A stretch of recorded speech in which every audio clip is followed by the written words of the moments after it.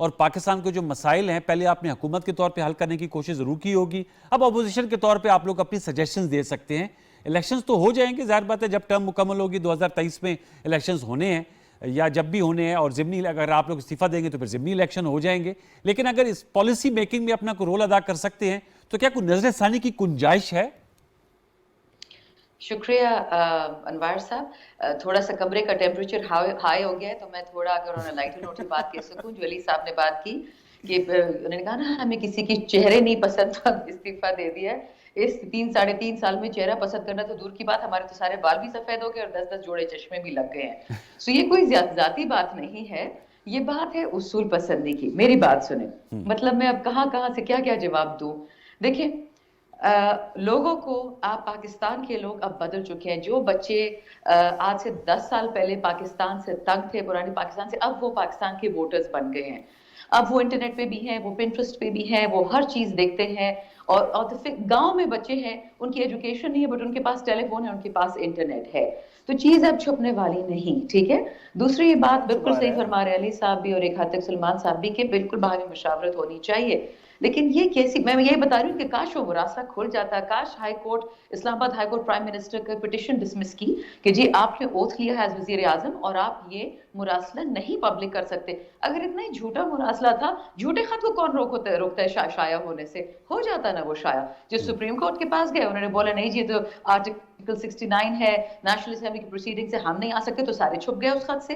کسی میں اتنی اخلاقی جرت نہیں تھی کہ اس کی اصلی خط کو تو ہم تو بھیک مانگ رہے تھے کہ بھائیو خط دیکھ لو. تو جب خط نہیں دیکھنا, آپ نے کنسپریسی کا سورس نہیں دیکھنا, اس خط میں جس بندے کا نام لکھا ہے کہ اس کو وزیر اعظم لگاؤ, مطلب شرم کی بات ہے کہ ایک پاکستانی کی اتنی کم بولی لگتی ہے. اچھا, اس خط میں یہ بھی لکھا ہے مبینہ طور پہ کہ اس پرائم منسٹر صاحب کو لگاؤ. بالکل ایبسولوٹلی. آپ نے سارا پڑھا ہے وہ خط؟ نہیں چاہتی, میں نے آپ کو بتایا کہ جب تک میں ایم این اے کا میرا یہ استعفیٰ نہیں ایکسیپٹ ہوتا میں بہت باتیں نہیں کر سکتی. آپ ہی کی شو پہ آؤں گی, ان 5 ڈپلومیٹس کے نام بھی بتاؤں گی, ٹھیک ہے میکسیمم کیا ہوگا, میرا ویزا نہیں ملے گا نا, مجھے نہ ملے, اور ان 4 ایم این ایز اور 1 ایم پی اے کا بھی نام بتاؤں گی جن کے ساتھ لین دین ہوئی, جن کے پاس میری انفارمیشن ہے. اسد عمر صاحب کے پاس تو ہر ایک ایم این اے کی انفارمیشن ہے, کس سے بات کی, کس سے ملے, کہاں ملے, کتنی پیسوں کی ڈسٹریبیوشن ہوئی. اور میں آپ کو یہ بات بتا دوں, سندھ ہاؤس کوئی پیرس میں نہیں ہے, ساری دنیا وہاں جاتی ہے, انفارمیشن وہاں سے لیک ہوتی ہے, جو بیٹھا ہے, تصاویر, ویڈیوز, ان کی مینٹل سٹیٹ, یہ ڈرامہ کرنا یا ڈھول بجانا, بٹ یہ آہستہ آہستہ نکلے گا. میں نے آپ کی شو پہ پہلے بھی کہا تھا کہ آج تک پتہ نہیں چلا کہ لی ہاروی آزوالڈ نے امریکہ کے صدر کو کیوں مارا, کس نے مروایا ان کو. تو یہ تو بیچارہ سا بنانا ریپبلک پاکستان بنا دیا اس ملک کو انہوں نے. اللہ نہ کرے جی بنانا ریپبلک بنے پاکستان, اللہ نہ کرے, بٹ لوگ تو کر رہے ہیں نا. اچھا, اور تیسری بات جو انہوں نے کہی کہ جی انہوں نے صحیح کہہ رہے علی صاحب کہ انہوں نے جاتے جاتے مائنز ڈال دی ہیں. تو مجھے بتائیں جو آج اناؤنسمنٹ ہوئی, آپ کو پتہ ہے مشرف زیدی صاحب ایک بہت ہی ریناؤنڈ اکانومسٹ ہے, تبادلہ کے ہیڈ ہے. میں نے ان کی ٹویٹ آج دیکھی کہ یہ جو 25,000 آپ نے بیسک ویج بڑھا دی, اس پہ تو انڈسٹری والوں کے ہاتھ پیر ٹھنڈے ہو گئے. اوپر سے ان سے یہ بھی ریکویسٹ کی کہ اب 10% ویجز بڑھائیں جس کی ₹1,00,000 سے کم ہو. ایز اے پولیٹیشین یہ بہت اچھی چیز ہے, میرے لیے خوش آئین ہے. لیکن دیکھیں جس طرح ہمارے پاس درخت نہیں تھا پیسے نکالنے کے لیے, ان کے پاس بھی نہیں ہے, تو نیچرلی یہ قرضے لیں گے. اچھا, وہ قرضے جو آگے آنے والی حکومتوں کی, چاہے پیپل کی ہوگی, ہماری ہوگی, ان کی ہوگی, اس کو دینے پڑیں گے. اور یہ ایگزیکٹلی مفتاح اسماعیل صاحب یہی کر کے گئے تھے جب پچھلی حکومت آ رہی تھی. میں آپ کو ایک چھوٹی ایگزامپل دیتی ہوں. پچھلے دفعہ علی صاحب نے بات کی تھی میڈیسنز کی کہ جی انہوں نے میڈیسنز بڑھا دی. میرے پاس ابھی بھی وہ ڈاکیومنٹ پڑا ہوا ہے. میں کامرس منسٹری میں تب لیگل ایڈوائزر تھی اور انہی کی منسٹر صاحبہ تھی, تب کیڈ ہوتا تھا سائرہ افضل طاہر صاحبہ, اور ان کا خط تھا کہ جی 15 سال سے فارماسیوٹیکلز والوں کی پرائسز ہم نے نہیں بڑھائی, خام مال مہنگا ہو گیا ہے, اور یہ تھریٹن کرے پاکستان چھوڑ دیں گے, اور وہ ہم پہ انہوں نے ڈال دیا. یہ تو ہر جانے والی حکومت کرتی ہے. لیکن میں نے آپ کے شوز میں 100 دفعہ یہ بات کہی ہوگی کہ دیکھیں پی ٹی آئی کو حکومت کرنے کا شوق تھا, ہم آئے تو مسئلے بھی ہم نے حل کرنے ہیں. علی صاحب کہہ رہے ہیں کہ جی انہوں نے مسئلے چھوڑے تو پھر نہ آتے نا اب حکومت میں. ایسے نہیں ہوتا کہ you want the cake and eat it too, کہ آپ کو سب کچھ اچھا ملے. یہ میرے دوست ہیں, میں ان کی عزت کرتی ہوں, لیکن مجھے نہیں لگتا کہ ان کو ابھی تک اس چیز کا احساس ہوا ہے کہ یہ کتنا سنگین ظلم ہوا ہے پاکستان کے ساتھ, پاکستان کی عوام کے ساتھ. اور جو لوگ 40 سال خون چوستے رہے ہیں وہی ماشاءاللہ واپس آ گئے. اچھا, یہ تو معذرت کے ساتھ مجھے تو کوئی اچھا دن آگے نہیں نظر آتا. اچھا, آپ کو دن اچھے نظر نہیں آ رہے. سلمان صاحب بتائیے گا, یہ شاندانہ صاحبہ اور پی ٹی آئی کا نیریٹو تو وہ مراسلہ ہے, خط ہے اور اس کی تحقیقات ہے. آپ سمجھتے ہیں آج جو شہباز شریف صاحب نے بات کی اور انہوں نے کہا کہ اس کی تحقیقات ہوگی اور دودھ کا دودھ پانی کا پانی ہوگا, آپ سمجھتے ہیں یہ اب ایک بہت بڑا ایک ایشو بن گیا ہے اور ہمارے سیاسی بیانیے میں, اور اس کی سیٹلمنٹ جلد از جلد اشد اس کی ضرورت ہے تاکہ آگے بڑھا جا سکے، کیونکہ ایسے لگتا ہے کہ پی ٹی آئی سے آپ جو بھی کویشچن کریں گے وہ کہیں گے یہ غیر ملکی سازش ہے، اور شاندانہ صاحب نے دوبارہ کہا ہے کہ جب ان کے بقول استعفیٰ منظور ہو جائے گا تو she will be divulging all the information. Salman صاحب. انوار صاحب اس میں تو کوئی شک نہیں کہ یہ مسئلہ بڑا حساس ہے جی لیکن پہلی دفعہ پبلکلی امریکہ کے اس طرح کے کسی دباؤ کو ایشو بنانے کی کوشش ہوئی ہے جی کہ امریکہ کی پاکستان کے ساتھ بے وفائی کی تاریخ بڑی لمبی ہے.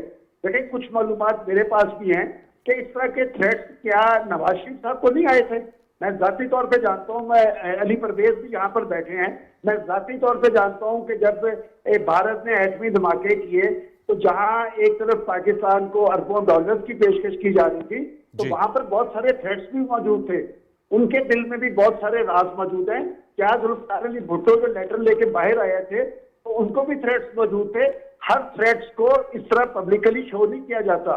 دیکھیں جب آپ ملک کے چیف ایگزیکٹو ہوتے ہیں تو آپ کا طرز عمل ہر حوالے سے ذمہ دارانہ ہونا چاہیے.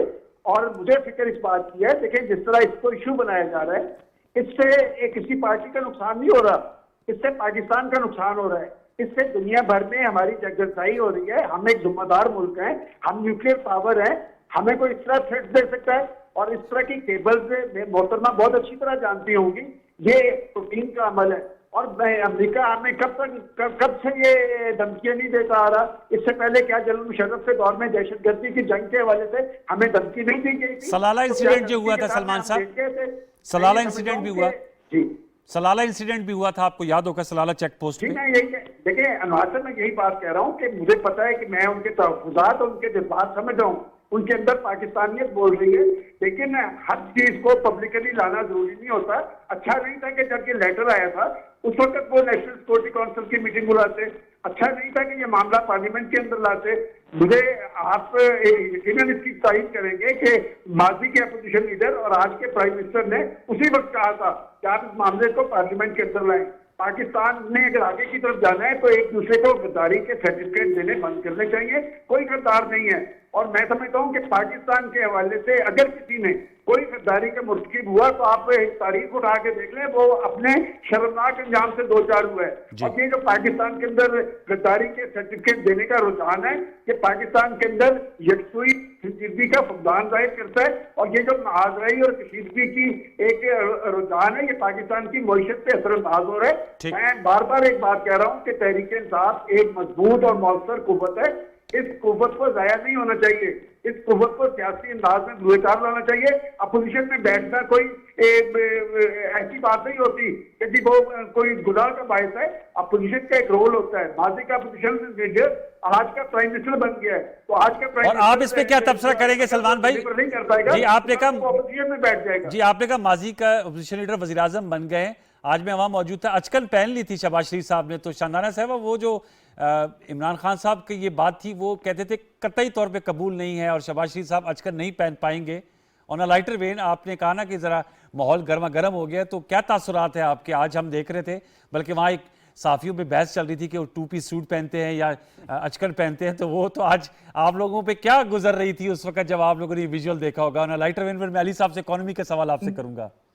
جی میں ٹی وی شو میں تھی جی، میں نے نہیں دیکھا. بٹ ایک بات یاد رکھیں انوار صاحب، جس طرح علی صاحب نے کہا کہ 50% ایٹ لیسٹ جو اراکین اسمبلی ہیں، چاہے وہ مطلب پارلیمان ہے، چاہے سینیٹرز ہو، ایم این ایز ہو، ہم سب حب الوطن ہیں. میں 100% کے بارے میں اس لیے نہیں کہوں گی کہ میں نے بہت کچھ دیکھ لیا، بہت کچھ سیکھ لیا 3.5 سال میں. حب الوطنی کا سرٹیفکیٹ میں تو نہیں دے سکتی. تو جو ان گنہگار آنکھوں نے دیکھا ہے، کانوں نے سنا ہے، میں کسی کی خوشی سے بدنیتی نہیں کرتی. اللہ ہر کسی کو اپنی خوشی نصیب کرے. لیکن جو لوگ پاکستان کے دشمن ہیں ان کو آگے لانا میرا کام نہیں، یہ خدا کرے گا. لیکن میں آپ کو یہ گارنٹی دے دوں کہ پاسٹ میں کیا ہوا کیا نہیں ہوا میرا اس سے کوئی لینا دینا نہیں. میں نے بہت کچھ دیکھا ہے، لیکن یہ جو ہوا ہے یہ آپ کو وقت دکھائے گا. میں ہوں نہ ہوں پارلیمنٹ میں، آپ دیکھیں گے کہ پاکستان جو یہ غداری کی ہے عمران خان کے ساتھ، اور جس نے بھی کی ہے، میں پارلیمان کی بات نہیں کرتی، میں ایک بڑا ٹرم استعمال کرتی ہوں، چاہے انٹرنیشنل سازش تھی، چاہے لوکل سازش تھی، چاہے پولیٹیشینز انوالو تھے، چاہے غیر پولیٹیشینز، انہوں نے خان کے ساتھ برا نہیں کیا. ویسے اس پہ شاندار صاحب میرے ذہن میں سوال آتا ہے دیکھیں گے جی، اس کے آپ نتائج بھی دیکھیں گے. جی میرا سوال یہ تھا کہ یہ آپ بار بار اس نقطے کو کہہ رہے ہیں لیکن Balochistan Awami party M Q M Pakistan P M L Q Tariq Cheema sahib اور چودھری صالح صاحب وہ تو آپ لوگوں کے کولیشن پارٹنر سے ان سے نہیں شیئر کیا, وہ کیوں پھر اٹھ کے ان کے ساتھ آ کے مل گئے؟ چلیے تو اپوزیشن میں تھے اور آپ نے کہا کہ شیرین مزاری صاحبہ کی سپیچ کل سنی, انہوں نے فگرز بھی بتا دیے کہ کس کو کتنے فگرز, اور یہ علی صاحب کہہ رہے تقریر سنی تھی جی اور یہ علی صاحب کہہ رہے ہیں کہ عثمان بزدار صاحب کے خلاف بھی سازش تھی, وہ بھی مستعفی ہوئے, وہ بھی کیا اسی سازش کا ایک شاخسانہ تھا کہ عثمان بزدار صاحب سے استعفیٰ لے لیا گیا؟ نہیں, دیکھیے انہوں نے عمران خان کی حکومت اور عمران خان کے عدم اعتماد کا اس خط میں 8 دفعہ ذکر ہوا ہے, تو آپ اگر چاہتے ہیں وہ خود علی صاحب کے پاس اگر کاپی آپ کو دکھا دیں, بٹ 8 دفعہ اس خط میں عمران خان کا ذکر ہوا ہے. اچھا, علی پرویز ملک اور صاحب عدم اعتماد کا جی, اور سب سے بڑی بات کہ آپ کو معاف کر دیا جائے گا, جیسے ہم ان کے غلام ہیں, ہم آپ کو معاف کر دیں گے, یہ بھی لوگوں کو آپ کی معافی نہیں چاہیے. پتہ ہونا چاہیے. ظاہر بات ہے اب تو پرائم منسٹر صاحب نے کہا ہے کہ اسد مجید صاحب آئیں گے اور وہ پھر ظاہر بات ہے بتائیں گے, کیونکہ وہی میں بتا رہی ہوں, پتہ نہیں بیچارہ کتنے سال زندہ رہے گا, وہ اپنی اس کو پنجرے میں بند کریں گے, اس کی سانسیں چلیں گی. دیکھیں انوار بھائی, مجھے یقین مانے جو شندانہ ہے وہ ان کو میں نے اسمبلی کے اندر کام کرتے ہوئے بھی دیکھا ہے, انہوں نے کامرس کمیٹی اور دیگر فورمز کے اوپر بھی ایک بھرپور کنٹریبیوشن وہاں پہ اسمبلی کے بزنس کے اندر انہوں نے انڈرٹیک کیا. تو مجھے یقین مانے آج صرف یہ افسوس ہو رہا تھا کہ کس طرح سے ٹی وی کے اوپر بیٹھ کے یہ لوگوں کی یہاں پہ حب الوطنی کے اوپر سوال اٹھا رہی ہیں. دیکھیں انہوں نے کہا کہ جی 50% جو ممبران اسمبلی کے اندر بیٹھے ہیں میں سمجھتی ہوں وہ حب الوطن پاکستانی ہے, باقی 50% کے بارے میں ان کا کیا رائے ہے؟ دیکھیں یہ کوئی طریقہ کار ہے؟ میں تو کہہ رہا ہوں کہ دوسری بات یہ کہ اقتدار سے علیحدہ ہونے کا غصہ اور غم تو اپنی جگہ, پر اس قسم کے الزامات تو لوگوں کے اوپر کم از کم نہ لگائیں نا جی. اگر ان کے پاس کوئی ثبوت ہے تو ریلیونٹ فورمز پہ پیش کریں اور وہاں پہ آئیں, مل کے ان کو سزائیں دلوائیں اور ان گندے انڈوں کو اٹھا کے باہر پھینکیں. یہاں پہ ٹی وی پہ اس قسم کا اپنا غم اور غصہ اس طرح سے لوگوں کے اوپر لوگوں کی پگڑیاں اچھال کے مت اظہار کریں. دوسری بات جو انہوں نے کی کہ جی لوگ یہاں پہ رشوت لے کے انہوں نے اپنی سیاسی وابستگیاں بدل لیں, تو ان کے پاس کوئی ثبوت ہیں تو لائیں سامنے رکھیں. مجھے بتائیں اگر کسی نے رشوت لی ہے تو اس نے اپنے بستر کے نیچے تو پیسے رکھ کے نہیں سو جانا نا, وہ کوئی کوٹھی خریدے گا, کوئی گھر خریدے گا, کوئی تو ثبوت ان کے پاس موجود ہوگا نا. کیا یہ چیز ماننے کو یہ تیار ہی نہیں ہے کہ ان کی حکومت کی کارکردگی اتنی ناقص تھی کہ لوگوں کے لیے مشکل ہو رہا تھا کہ وہ اپنے حلقوں کے اندر جا سکیں؟ اور یہ وہ بنیادی وجہ ہے کہ نہ صرف ان کے اپنے ممبران پر ان کے اپنے جو اتحادی ہیں ان سے کنارہ کشی اختیار کر گئے. تو خدا کے لیے اپنے آپ کو اگر حکومت سے انہوں نے اپوزیشن کی بینچز کے اوپر آئے ہیں تو اس کا غصہ اس ملک کی عوام کے اوپر مت ڈالیں. اور جہاں تک بار بار یہ بیرونی سازش کی بات کرتی ہیں نا, سلمان صاحب نے بالکل ٹھیک کہا, اور بے پناہ شوز کے اوپر میں نے بات کی ہے کہ میں کسی قسم کی غیر ذمہ دارانہ گفتگو نہیں کروں گا. میرا غصہ, میرا اندازہ اپنی جگہ کے اوپر, پر جب تک اس ملک کے جو ریاست کے ادارے ہیں, میں حکومت کے ادارے نہیں کہہ رہا, ریاست کے ادارے اس چیز کا تعین نہیں کر لیتے کہ یہاں پہ کوئی بیرونی سازش ہوئی ہے, باہر کے کسی ملک نے ہمارے اندرونی معاملات کے اندر انٹرفیرنس کرنے کی کوشش کی ہے, تو میں قطعاً اس کے اوپر کوئی بات نہیں کروں گا. اور اگر یہ اتنے نیک نیت تھے اور ان کے پاس اتنے ثبوت تھے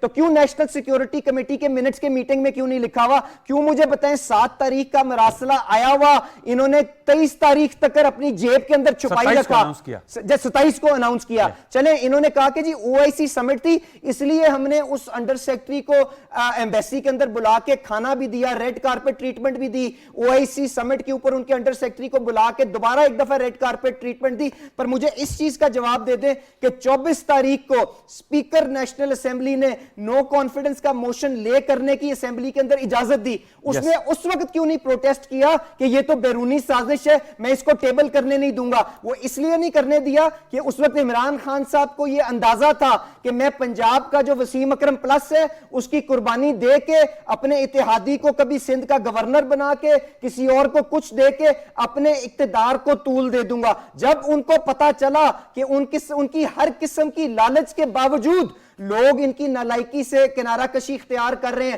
تو اس وقت انہوں نے اپنی جیب سے ایک چٹھی نکال کے لہرانا شروع کر دی. ایک چیز یہ چیز بھی نہیں سوچی کہ اس ملک کے جو خارجہ پالیسی ہے کیا جلسوں کے اندر طے ہوگی, کیا امریکہ کے ساتھ جو سول سپر پاور ہے ہم غیر ذمہ دارانہ بنا کے اوپر بغیر کسی ثبوت کے اس کو ہم اس طرح سے چڑھانا شروع کریں گے؟ جب ملک کا مفاد تھا, سلمان غنی صاحب نے بالکل ٹھیک کہا, میاں نواز شریف وہ وزیر اعظم تھا جس نے پاکستان کے ایٹمی دھماکے کیے, کیا اس وقت پریزیڈنٹ جو امریکہ کا تھا 5 فون کیے کہ نہیں کیے, اربوں ڈالر کی آفر کی کہ نہیں کی؟ اس وقت ملک کا وہ تقاضا تھا.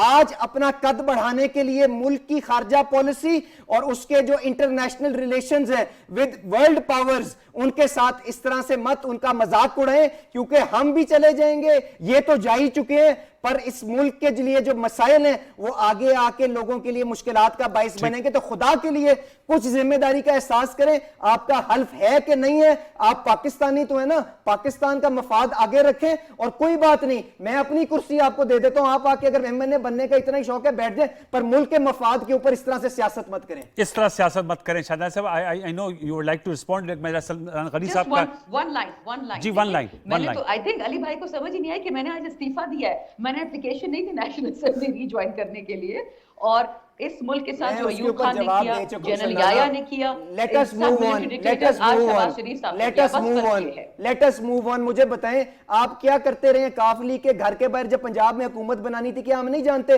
کتنی دفعہ آپ ایم کیو ایم کے پاس گئے ہیں جب آپ نے حکومت بنانی تھی؟ ہم نہیں جانتے۔ اس کے بعد 4 سال چودھری شجاعت صاحب کا نیئر ڈیتھ ایکسپیرینس ہوا، جرمنی کے اندر وہ ہسپتال کے اندر پڑے رہے، وزیر اعظم صاحب لاہور آئے، ان کے گھر تو جانا کیا، ان کو فون کرنا بھی ان کو تو خدا کے لیے جی میں یہ کہہ رہا ہوں کہ اپنے اقتدار کو طول دینے کے لیے آپ نے ہر قسم کے آپ نے سمجھوتے کیے ہیں، اور جب آپ کے وہ سمجھوتے نہیں چل رہے تو بیرونی سازش بنا کے اس ملک کو مت نقصان پہنچائیں۔ میں ہاتھ جوڑ کے یہ اپیل کر رہا ہوں۔ میں سلمان صاحب سے پوچھتا ہوں، سلمان صاحب اب کیا آپ کو نظر آ رہا ہے، کیا سیاسی منظرنامہ آپ دیکھ رہے ہیں آنے والے دنوں میں؟ Sir last word. میں تو ایک بات جانتا ہوں جی انوار صاحب کہ شہباز شریف صاحب وہ پرائم منسٹر ثابت نہیں ہوں گے جو ہر آنے والے دن کے اندر اپنی اپوزیشن یا اپوزیشن لیگ کی لیڈرشپ کو ٹارگٹ کریں گے۔ ہم نے پنجاب کے اندر ان کا ماڈل دیکھا ہے، ان کی ترجیح ہمیشہ کام ہوتا ہے، وہ ناممکن کو ممکن بنانے کی کوشش کرتے ہیں، اور میں آج بھی سمجھتا ہوں کہ ان کا اس وقت ٹارگٹ بہتر کارکردگی، بہتر پرفارمنس، بہتر گورننس اور عوام کی ریلیف ہوگا، اور جمہوریت عوام کی ریلیف کا نام ہے۔ اگر تحریک انصاف نے لوگوں کی ریلیف کا بندوبست کیا ہوگا تو آنے والے انتخابات میں لوگ انہیں سرخرو کریں گے، لیکن اس لیٹر کو جو ایشو بنایا گیا ہے، میں آج بھی سمجھتا ہوں کہ جو پاکستان کے ریئل ایشوز تھے ان سے توجہ اٹھانے کی ایک بڑی سنجیدہ کوشش ہے۔ کیا پاکستان کے عوام میں اتنا شعور نہیں ہے کہ وہ یہ کارکردگی کا جائزہ لے سکیں کہ تحریک انصاف نے جو ان سے وعدے کیے تھے اسے کس حد تک پورا کیا؟ باقی آخری بات میں یہ کروں گا کہ آج کے پاکستان کو ضرورت سنجیدگی کی ہے، یکسوئی کی ہے، سیاسی استحکام کی ہے، اور جو بھی اس حوالے سے پازیٹیو رول ادا کرے گا وہ عوام میں بھی سرخرو ہوگا اور خدا کی عدالت میں بھی سرخرو ہوگا۔ شادانہ صاحب لاسٹ ورڈ۔ اب آپ لوگ کا ضرورت ہے سیاسی لائحمل، تو آپ لوگ تو سڑکوں پر آ گئے، لیکن آپ سمجھتے ہیں اس سے سڑکوں کے ساتھ ساتھ آپ ابھی بھی گنجائش ہے کہ پارلیمنٹ میں بھی اپنا کردار ادا کریں؟ لوگوں نے آپ کو ووٹ دیا ہے اور ایک سیاسی حقیقت ہے پاکستان تحریک انصاف۔ انوار صاحب یہ ہمارے حلقوں کی، ہمارے لوگوں کی ڈیمانڈ تھی کہ اگر آپ تبدیلی کی حکومت ہیں تو آپ یہاں نہیں بیٹھیں گے، سمپل از دیٹ۔ باقی لیڈرشپ میں چھوڑ دیتی ہوں، اگر لیڈرشپ چاہے تو اپنا فیصلہ بدل سکتی ہے۔